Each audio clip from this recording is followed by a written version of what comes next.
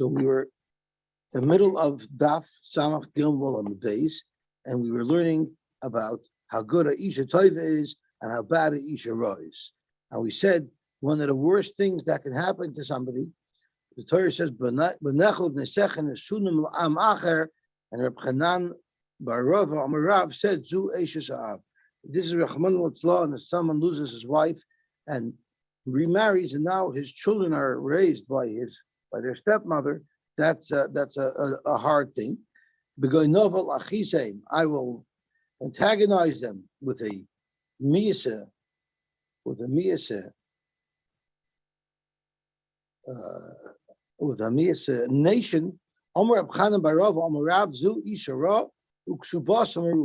This is referring to having a bad wife and having a high ksuba, so there's no way to get rid of her. There's no way to divorce her because it's simply unaffordable to be able to pay the ksuba.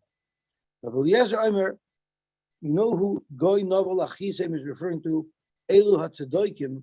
It's referring to the Tzedokim. They're a Goy Novel. They're the ones who are referred to when the Torah says Goy Novel. And I believe Rashi comments on this. And Rashi says, I believe Rashi speaks on this.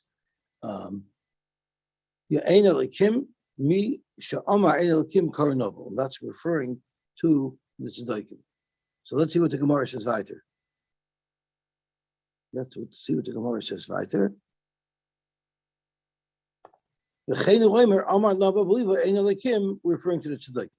The Masnisa Tana, we learned in the Braisa, Elu Anshe Berav Revaya, the Anshe Martinoi.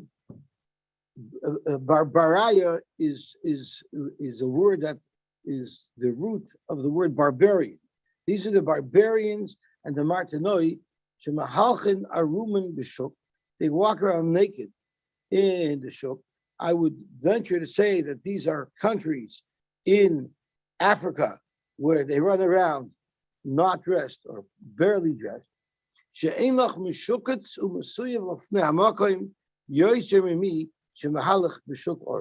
There's nothing that's more ugly to the Rebbeinu Shalom than people who are walking around naked in public. The Rebbeinu Shalom is not a fan of a nudist resort. That's not exactly what the Rebbeinu Shalom is a fan of. It's me as the Rebbeinu Shalom. Who are the novel? Who's the Am novel? Elu Chaverim. These are the Chaverim, which was a group of barbaric, brutal. Thank you so much, Hazli. Welcome back. Barbaric and brutal Persians that were very bad to the Jews. That's who it's referring to. Amalei Rabbi Yochanan, just to illustrate how bad these people were. Just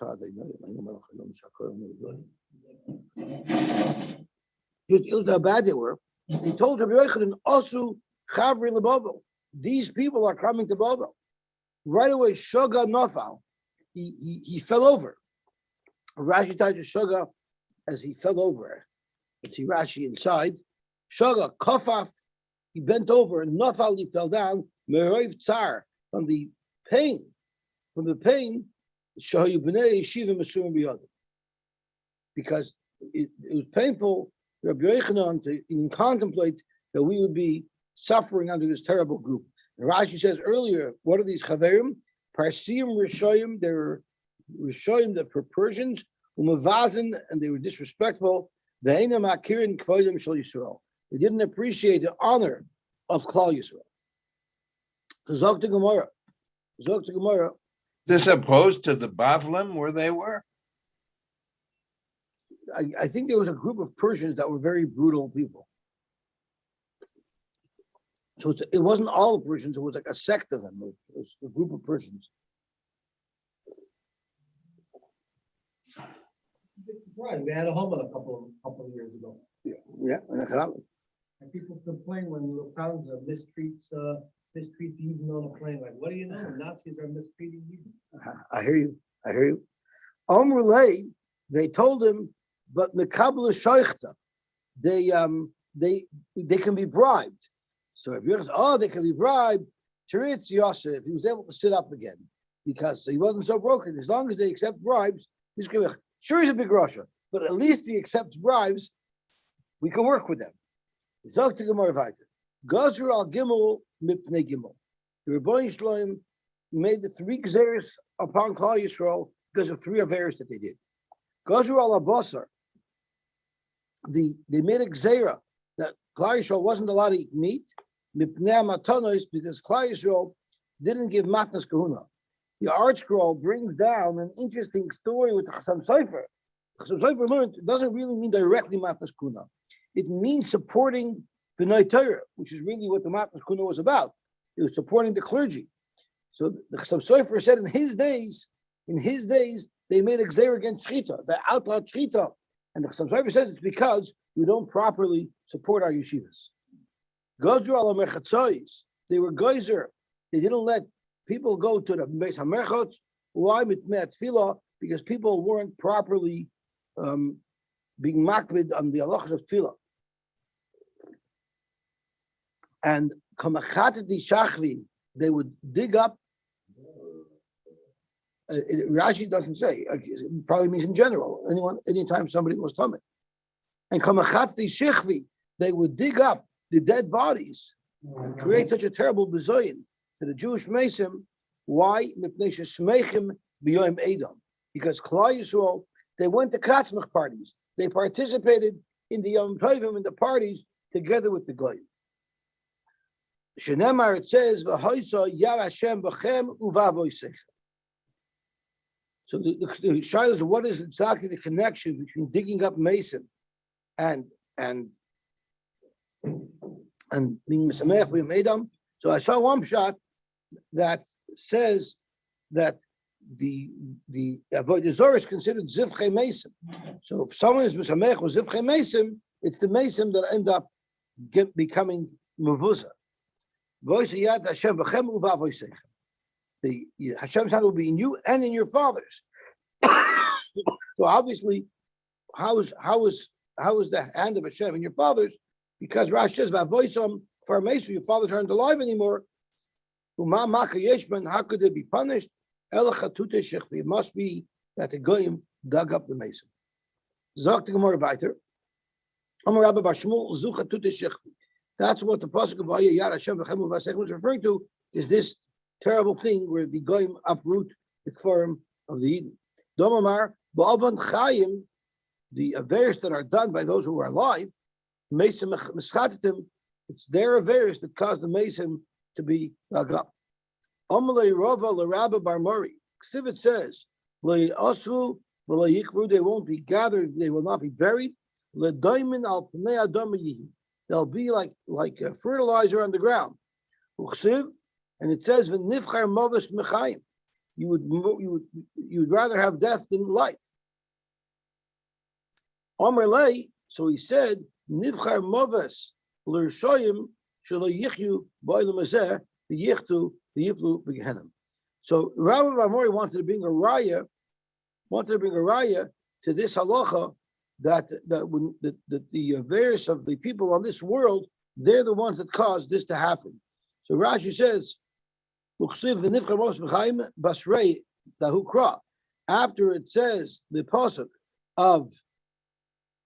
after it says the pasuk of Yosy, it says So what does Rabbi want to suggest? The Hayal Beinitim L'Kfura Heich Yichru Achayim Lamut. If the Balt are not Nitim L'Kfura, since they know they're not going to be buried, they won't want to die. So you have a rye from there. That it's the Chayim it's because of the Chayim that the Mesim are dug up, and that's why the Chayim don't want to die. But he answered back, you don't have a raya, that's what this pasuk is saying. Maybe what the pasuk is saying, it's not that they wanted Mavis Michayim. Maybe the Navi was telling them, it's better for the Rishoyim's sake that they should die, rather than they should live and do a verse, because that'll cause, that's v'yiplu again. Zok to Gemara back. The cost of the Sefer Ben Sira. So Ben Sira wrote a composition that we're not sure if it's Kadosh, if it's not Kadosh, but the parts of it that are quoted by the Gemara, clearly those are noteworthy. And this is what he wrote. Isha Toiva is a matana Toiva Levayla. A good wife is considered a good gift to her husband. Let me see if Rashi comments on this. He does not. So the Gemara goes weiter. Avada. That's a pasuk. So no one's disputing that. Right, but Motza Isha, meaning any kind of an Isha, Motza Toiva. That's not how the Gemara learns. It dafka means a good wife. It doesn't say. Here the Gemara is saying Isha Toiva. But Motza Isha means pashtus. No matter what kind of woman, you still found something good. That's not how the Gemara learned. I said before. Where? Earlier in the Gemara. Before you came. Oh, I'm happy that you brought it up. Because the Gemara refers to the question that they used to ask newlyweds: Matzah or Moitza? Matzah Isha, Matzah Toiv, Moitza Dimimar Matzah Isha. And I spoke out what you told me. So I didn't remember who said it, but this is what I spoke out, and I said yesterday that when she comes back, I'm going to ask you to correct me if I said it properly. And what I said was first of all, what are you asking about someone's wife? What's your business? The answer is it's only by the chasna that they ask it, because by the chasna everything is still blissful. So, and they wanted to bring out that a person should be mechav his wife, but not say it over the real story. Rob Erlanger, who's just Mr. by the way, said three kashas. One is sneeze. It's not your business. You're not the who. You don't get involved in somebody else's wife. That's number one. Number two, why ask it right after the chasana? After the chasana, everything is beautiful. Right? Ask it a month later after she burns his food. That's when you start asking it. Right? And then the third thing is that it's a vak loshen hara.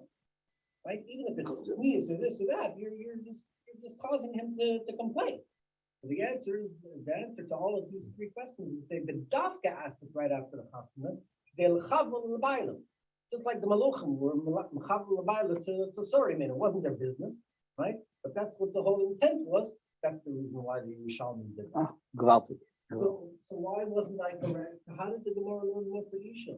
The Gemara that if you're zoicha to matzah isha matzah toiv, and if not, it's moitza imar mimavas as isha. It doesn't say matzah isha matzah toiv.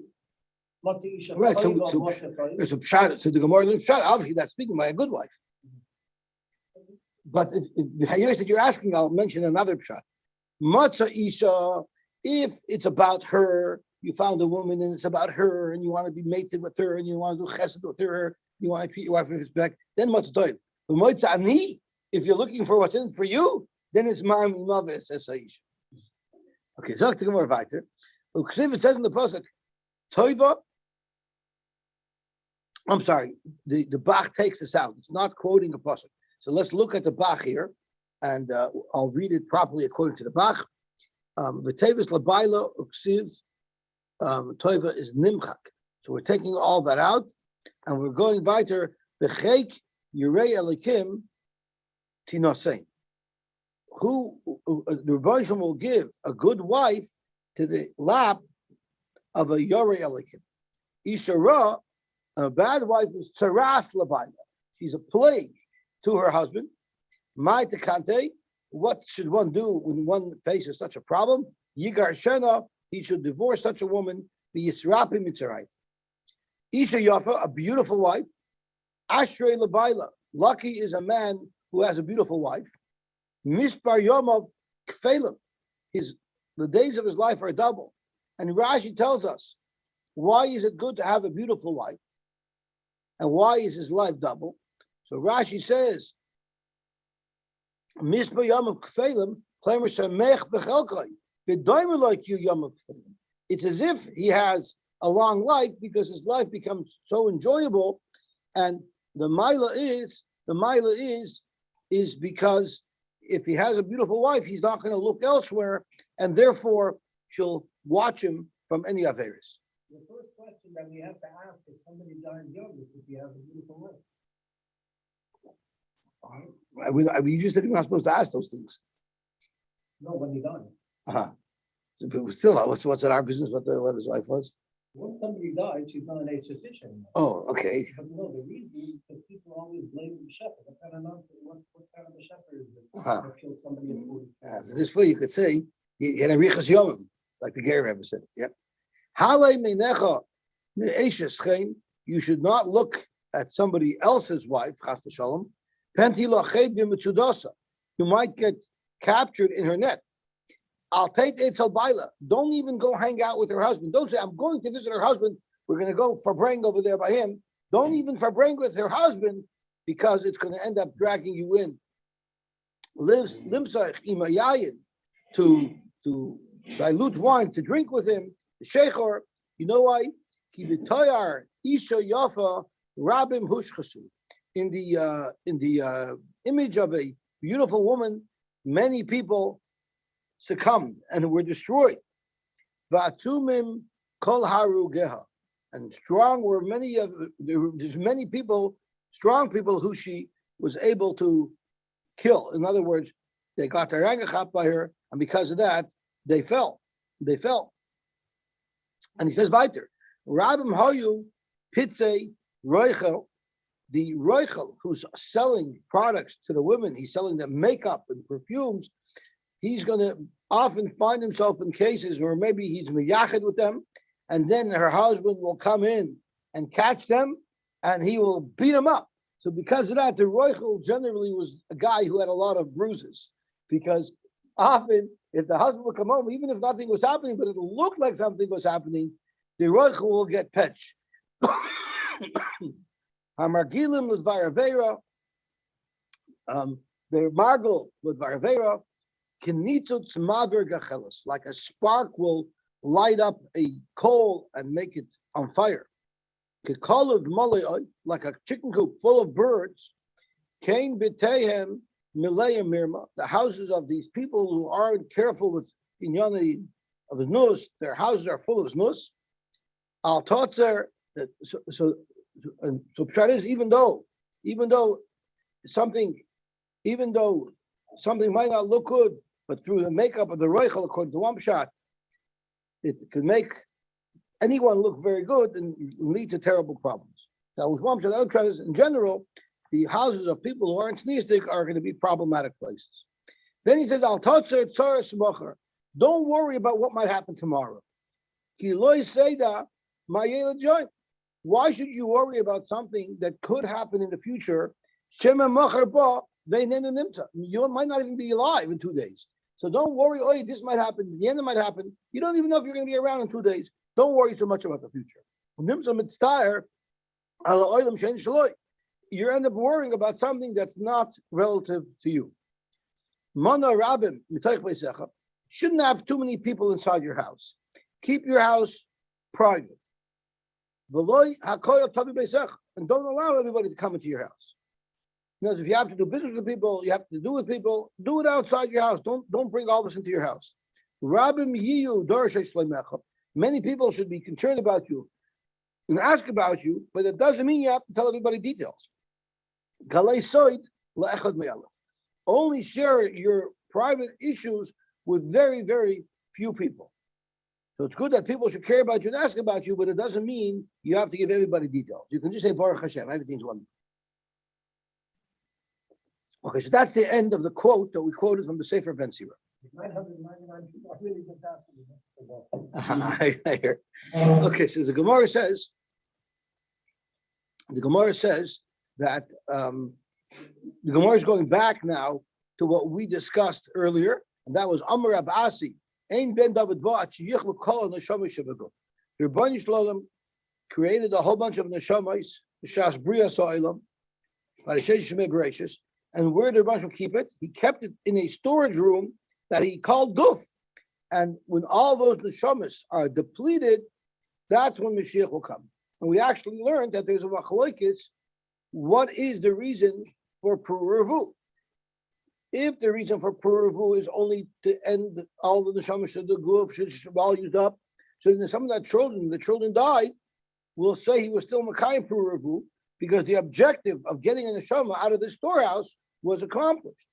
But if you learn that the reason why the Rebbeinu gave us the mitzvah of Puravu is because the Rebbeinu wants the earth to be inhabited, Well, then if a child dies, it would have to be replaced because otherwise you're not accomplishing the goal. And the Gemara said, the Gemara slugged up the other shot. The Gemara said, Rav Huna was the one who said that one has children, they die, one was still Makayim Puravu. But Rav Huna was slugged up because we brought a brisa that says befeiros that if the child dies, then the child has to be replaced. So to riot at the mitzvah of Puravu is because the Rebbe Hashem wants the world, Lashevish, Hashem created the world to be inhabited. Okay, so how do you know? How do you know that Ein B'Dav B'At Sheikhon Kol Neshama Shagov? Shenemar Kiruach Milafana Yatov Uneshama Shani Asisi. Before that in the pasuk it says, I'm not going to keep you in galus forever. It's only the ruchas that I created that once they're out of the storage house called Guf, Mashiach will come. So therefore, by having a lot of children, it's going to bring the Geula faster. Why can't we have the neshamas come even after Ben David comes? I mean, we had the neshamas come before Ben David came around. All those neshamas were meaningless? No, it's Ein B'Dav means Mashiach won't come until all of the neshamas that Hashem created, Mashiach Mevarishis, are born onto the world. They'll all be born after Ben David comes. Well, the Rebbe Shalom said this: we don't make the world. Rebbe Shalom made the world. So You want to why Rebbe Shalom made it that way? That's we can understand that. Well, that makes hard. Like for every 5 kids born, maybe one of them is a virgin neshama. We got to get those virgin neshamas out to them. So could be means a lot of us are, but could be not all of us. my problem is that according to this Gemara, it's almost like we needed the Churban earlier. Like Well, let's I don't have the understand why. Churban, so it's because we can only have the neshamas being born when we're in a state of ghost. Where did you get this from? It says Ben David is only going to come when the neshamas are born. No, neshamas were born even before we were in Gauls also. So why can't the neshamas come after Ben David comes? You wonder why the Rebbe Shalom is waiting for the Gula Hasida until the neshamas are born? I have no idea. Kabbalah class is at 11. What that? Kabbalah class is at 11? 11. I hear. Okay. It's above her head. Tanya B'leaz Omer. Call me she'ein oisek b'peri v'reva. Wherever he's not oisek b'peri v'reva, ki ilu shoyvech dam. It's like he's a killer. Shenemer shoyvech dam ha'adam v'adam dama yishafech. So it says, speaks about shvichas dam, chshavas rei, v'atem puravu. So you see there's a connection between the issue of shvichas damim and not the oisek and puravu. What's pshat coming to the oisek b'peri v'reva? Some Sofer said, being oisek b'peri v'reva doesn't mean that having children. It also means being oisek in shidduchim. If you read shidduchim, so you're helping bring people together so that there should be puravu. So he learns pshat and oisek b'peri v'reva means someone who's oisek in shidduchim. Sagt Gemara weiter. Yaakov Omer, ki'ilu memayit hadmus. Someone who's not oisek in puravu is being memayit the dmus of the Rebbe Shalom kaviyachol. Shenemar ki v'tzelem elakim asas ha'adam. The Rebbe Shalom made man with tzelem elakim. Uchsev b'sei v'atam puravu. So clearly, puravu is being marbed the dmus and not engaging in puravu is being memayit dmus. But Nazay Omer, ki'ilu shoyvech damim u'memayit dmus. It's like he did both. Shenemar v'atam puravu. So here was a shmaka case of hypocrisy, because Benazai never got married. So Amr Loyla Benazai, they told Benazai in a very nice way that you're being a hypocrite. Yesh na darish v'na makayim. There are those who darshan beautifully, but they follow what they said. Then there's no makayim, they know darish. There's some erlechim that do mitzvahs, but they don't darshan big chedushim. But ata no darish, you have a beautiful drasha how important it is to get married and have children. They know makayim, and you don't listen to your own message. That's called a hypocrite. I have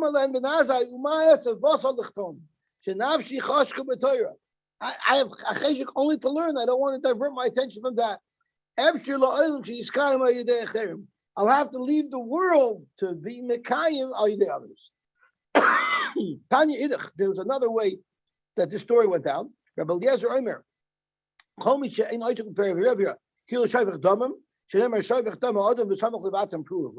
which is exactly like the first nusach. The second nusach is different because here it's quoting Rabbi Elazar ben Azariah, and in the previous nusach it was quoting Rabbi Yaakov.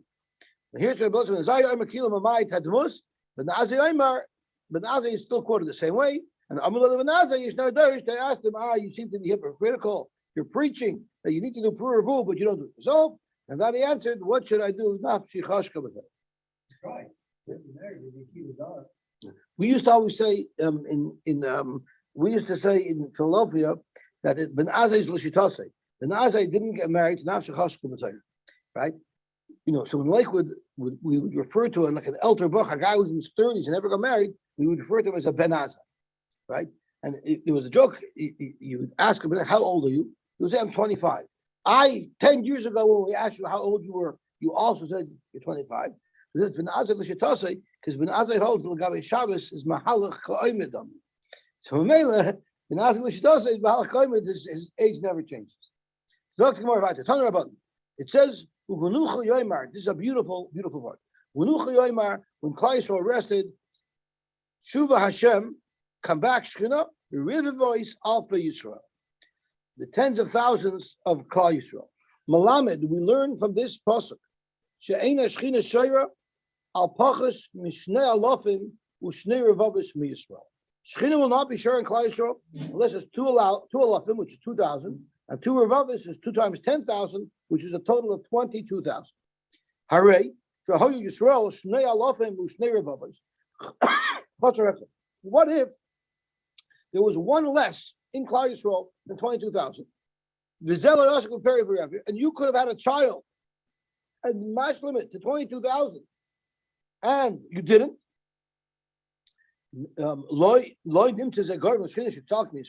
Isn't this person causing that the Shechina should stay away from Klal Yisrael? So this pasuk of Shuva Hashem Rivos Alpha Yisrael is by the Ibn Aaron. Is it not in Parshas Baloischa, where there's two non hafuchos? I believe it's in Parshas Baloischa. We're going to be learning it soon. There's the non hafuchos that puts this shtickle in brackets. So Rav Yishvei once said over that my son asked me, or I asked my son a riddle. How many chamoshim are there in the Chamisa Chamsa Torah? So my son said 5. So how many others is there? 7. But by middag bis bei Yibin Teya Allein is 1 Chumis, und bei Yibin Teya Allein is a eigene Chumis für sich, und von dem bis 5 Zeiber is a 10 Chumis. So, Frank Revelia, what's so important about the message in the Parsha of Yibin Teya Aaron that it's a Chumish for sich, it's a Chumish by itself. So he says over this Gemara, but there's a Medrash Pli on this Gemara.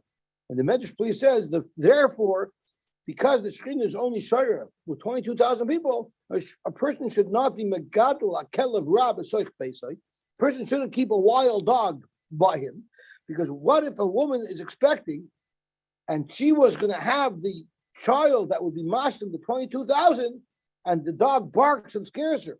And because of that, she has a miscarriage. Therefore, a person shouldn't be Megadol, a Kelev Rab, a Soich Beisai. So, frankly, it should say that if we have exactly that amount of people, then a person shouldn't be Megadol, a Kelev Rab, a Soich Beisai. And like, what are the chances that at any given moment, that's exactly how many people there are? It's a very difficult thing to understand. Zok Value, a beautiful, beautiful word. When do we have 22,000? When do we have 22,000? When you have a group of 22,000 people, then there'll be a Rosh Hashanah. So that never happened because we have one. Well, it happens a lot. What do you mean? So in what, like in what context? By Dafyon, by seeing? By seeing there'd be a Rosh Hashanah for 22,000 people, sure. We had, let's say, 500,000. So they don't. That's more. So of course, it's Rosh Hashanah. It's a minimum. So the first one I'll ask. Don't you say if even 2 people sitting along the Shekhinah Shru B'Neim, right? So the territory is different levels of Rosh Hashanah. But Revelia said beautiful. Revelia said the difference between having 1 Yid and 1 extra Yid is a monumental difference. Now we can go and print an entire menu of exactly what the difference is if there's 1 Yid or 2 Yid, 2 Yid or 3 Yid. The Gemara didn't tell us that. The Torah tells us if there was 22,000 or 22,000 less 1, the huge impact that difference makes is a Rosh Hashanah. But if there's 1 and 2 or 2 and 3, there's an impact of the same magnitude with every Yid. The example we give is by 22,000. But a difference of that same magnitude applies by every single Yid. So in Mela, it's not true anymore. If there's not 22,000 people, what's the problem with Megadol Kelev Rab? Every Yid is important. And from this parsha of Ibn Zohar, Shuv Hashem Rivers Al Yisrael, you see the chashivas of every Yid. Rabbi said, to show the chashivas of a Yid, is kedai a whole chumash to be dedicated, just to illustrate the chashivas of one Yid. So Gemara, Abachanan Omar, Mishum Rabbi Eliezer, Chayiv Misa. A person like that is Chayiv Misa. Shenemar, I have to make sure Dave Zolti is here. Is Dave Zolti still here? Shenemar, it says in the pasuk, Uvanim loyhoyu lahem. It's talking about talking about Nadav and Avihu. Talking about Nadav and Avihu who died. Uvanim loyhoyu lahem. That Nadav and Avihu died. It says it in the pasuk. They didn't have children. Ha hayu lahem banim. If they would have had children, loy mesu, they wouldn't have died. So there's an epic shtickle Torah in a sefer called Simply Pshat that discusses what the Aveira was that Nadav and Avihu did that they died. And there's such a vast array of pshatim about what their avla was and why they died that it's very difficult to understand what was their avla. And what makes it even more difficult is that it says that by the avoid it says because Moshe in Parshas Shmini it says so many times because Moshe meaning the Rebbeinu I'm stressing it has to be done precisely. So how is it that Nadav and Avihu made such a bad mistake?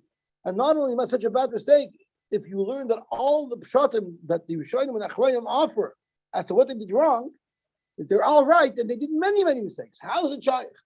So there's in the Sefer Simply Pshat, the author suggests that maybe the Dafka wanted to sacrifice themselves and be punished for not following exactly the way their Rebbeinu wanted to do it, because they wanted to be mechaper on the Avona Egel, so that Aaron HaKohen shouldn't have to be mechaper the Avona Egel, and he has rise to that. So it's an epic Pshat. But oy bezoi, how is it that children would have helped them? So after coming to Chzogen, that if they had children, then they wouldn't have sacrificed themselves, because even though they felt that would be their tafkid, but once someone has children, they have a responsibility to raise and to be mechalech the children. Because to be mechalech the children. Yeah. What? Hashem wouldn't have killed them because he needed the kids. Because he needed them. No, he needed the kids to be born. No, they wouldn't. The Hashem wouldn't kill them because the Hashem needed the parents to raise the children. I'm saying the opposite. Then I'm saying the opposite. I hear. Okay, so that's more weiter. If someone doesn't have children, it causes that the shchina should be salad. Shenemar liyos l'chal lekim u'luzarecha acharecha. If there's children after you, shchina shayra. In zarecha acharecha al mi shayra ala itzim alavonim. So therefore, for a shor shchina, we need to have children or to be also comparing Arabia, which is making shidduchim. So getting mishnah. What if someone was married to a woman and they lived together for 10 years and they didn't have children? He's not allowed to be mevatel in period of Arabia. In other words, we force him to divorce his wife. Rashi says, either he has to marry a second wife or he has to divorce his wife. And it's because he's not allowed to marry a second wife without permission from his first wife. That might be a little bit difficult to attain. Now, yeah. Halacha l'maisa, the Rabbah says nowadays we don't force someone to divorce his wife after 10 years. We let them do what they want. We don't force. The Rabbah says it breaks up families. It's very difficult, and the Rabbah says we don't do it. Didn't break a family 2,000 years ago? I hear it's a good child, but that's what the Ramah says. Could be.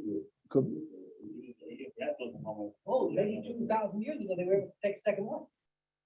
Well, I believe that Ramah says it's after Ben Gershom, but could be had to do with that. Girsha, what happens if he divorced her? She can get married to somebody else. And you don't say that, hey, this woman can't have children and maybe she shouldn't be able to marry anybody else. Rather, we say she could marry somebody else. Because maybe it was just the mazel of these two people. And her second husband also could be with her for 10 years. What if she had a miscarriage? So then, you don't count from the beginning of the marriage. You restart the clock if she had a pregnancy that didn't succeed. Right. So this is nowadays things are very different because the Gemara is going to be discussing a lot whose fault it was, right? Who's the one who can't have children? But the Gemara didn't know in those days. I'm sorry. That's an illness. So you could marry an illness if you have another wife. If you have Ishu Banim. If you don't have Ishu Banim, you can't marry an illness. Yeah. Taner Rabbanim.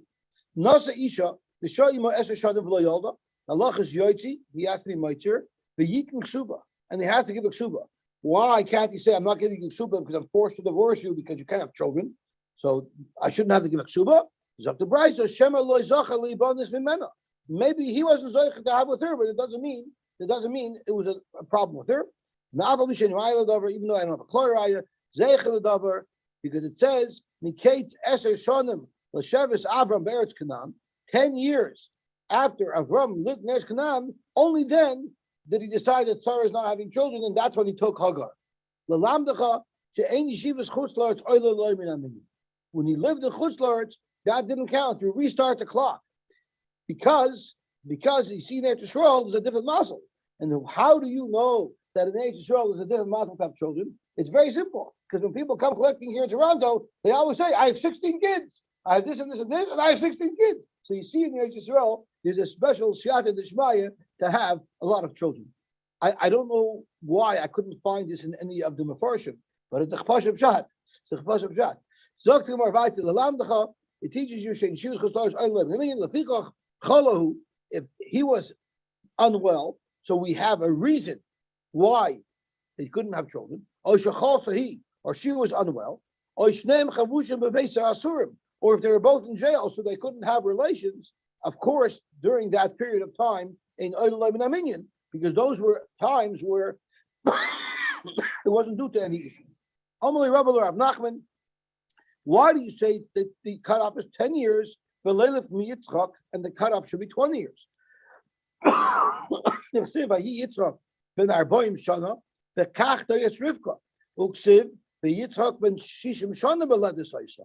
Which means he waited 20 years to have children. So Tosfos asks, what do you mean he waited 20 years? How old was Rivka when he married her? 3 years old. She's a talent, she can't have children. So the first 10 years don't count. So Tosfos has two pshatim. In one pshat, Tosfos says there's a machloekes in Midrashim, and maybe this Gemara holds that when he married Rivka, she was older, she wasn't 3 years old, or maybe in those days, women were able to have children already at 3 years old. How does that say the first 10 years don't count? First 13 or 9 or 7? Well, she was 3. 3 plus 10 is 13. You can only have kindle at 13? Which, yeah, that's what Tosfos Kasha was saying. So, Amalei, Yitzchak Akarhay. The reason why you can't bring a raya from Yitzchak is because Yitzchak, we know he himself had a problem. So, Mamela, you can't bring a raya from him. Don't we know that Abraham himself also had an issue? He couldn't have children. The raya isn't from the fact that they waited 20 years. The raya is from the fact that the Torah spoke it out. So when the Torah spoke out by Avraham Avinu, Miketz Eser Shanim, that was not needed. That pasuk was not needed. So since that pasuk was not needed, we darshan that the Torah is trying to teach us that you have to wait 10 years before you divorce your wife. But yeah. How the Gemara knew that? I'm not sure how the Gemara knew about Avram, but I know Hashem changed Avram's name, right? They give him a new Metzias, and then he was able to have children. So his mashma, I guess. How do we know about Yitzchak? That we're going to see here in a second. Yitzchak, the Gemara is going to explain. But the Yitzchak, the fact that the Torah told us that Yitzchak ben Shishim Shalom Belad, that pasuk we need for other reasons. So therefore, we can't say that this is an extra pasuk to teach us that 20 years is the amount to wait. The Torah tells us that Yishmael, when he died, was 137 years old. Why do I need to know? Why is it important to know how long Yishmael lived? It's to figure out how old Yaakov was. And we had in Megillah, the Gemara tells us in Megillah that the 14 years that Yaakov spent by Shem and Eber, there he wasn't punished that Yosef was taken away from him for those 14 years. It was only for the other years. And how do you know that he spent 14 years by Shem and Eber? So the Gemara tells us, the Torah tells us that Yishmael died at 137. We also know that Yishmael was 14 years older than Yitzchak, because Avram was 86 when Yishmael was born, and Avram was 100 when Yitzchak was born. So therefore, if Yitzchak was ben Shishim Shana V'Ledesai, if when Yaakov and Esav were born, Yitzchak was 60 years, it means Esav was 74. Not Esav, it means Yishmael was 74 when Yaakov and Esav were born. He's by Chris. But that's when Yitzchak had his Milah. Don't have Milah at the same time. No, they were 14 years apart. So the shaila here is let's do the math. Let's do the math. When they were born, Yishmael was 74. Okay. Now we know that Yishmael died.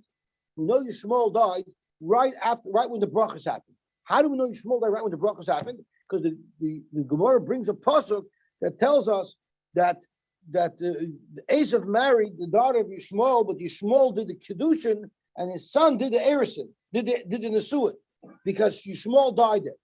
That means Yishmael was 137, that's when he died, at the brachas, which places which means Yaakov must have been 63 years old.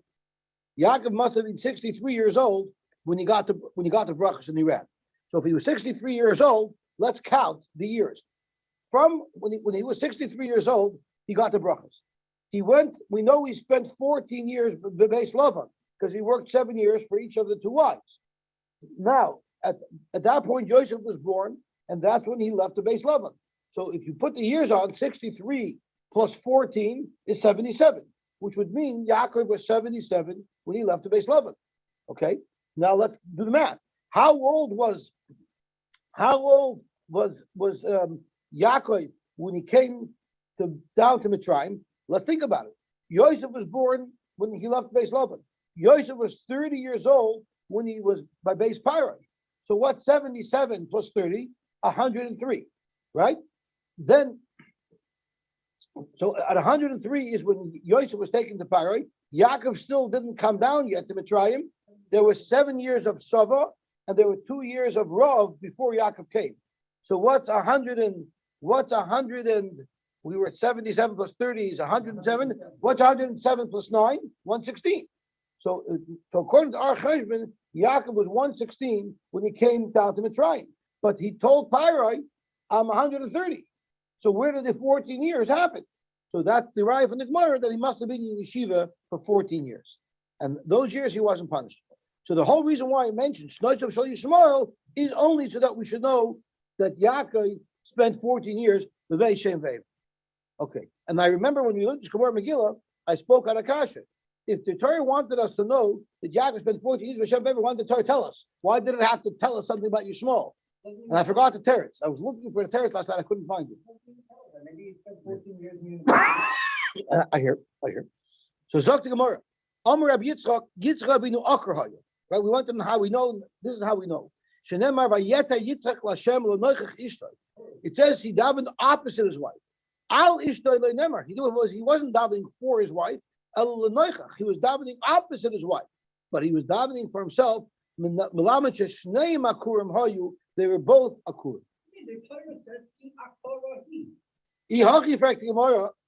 Yeah, so he was right because I'm mispalo bat chaverei who tzarich lo yisadavar who nenat tchila. So he davened for her. That's right. So ihachi fact Gemara. Vayaser loy vayaser lahemi boyle. Why does it say that Hashem gave Yaakov what he asked for? By Adarabah. I mean, Yitzchak what he asked for. Adarabah. They both needed the Yeshua. So tomorrow the Shein Doimet Tefilos Tzadik ben Tzadik Tefilos Tzadik ben Rosha. Both of them were nitzel. Both of them got their Yeshua al Yidei the Tefillah of Yitzchak. They weren't expecting she was. Amar of Yitzchak Milamed. Why did Hakadosh Baruch Hu make it that our Avos should should be childless. The Rebbeinu Shalom wants the tefillah of a tzaddik. It says, "Return your Rav Yasef, Yevamos, Mishav, Yeshim." The Rebbeinu Shalom loves to hear the tefillah of a tzaddik. What is compared to tefillah of a tzaddik? Like a pitchfork. You use it to move around grain, stalks of wheat. So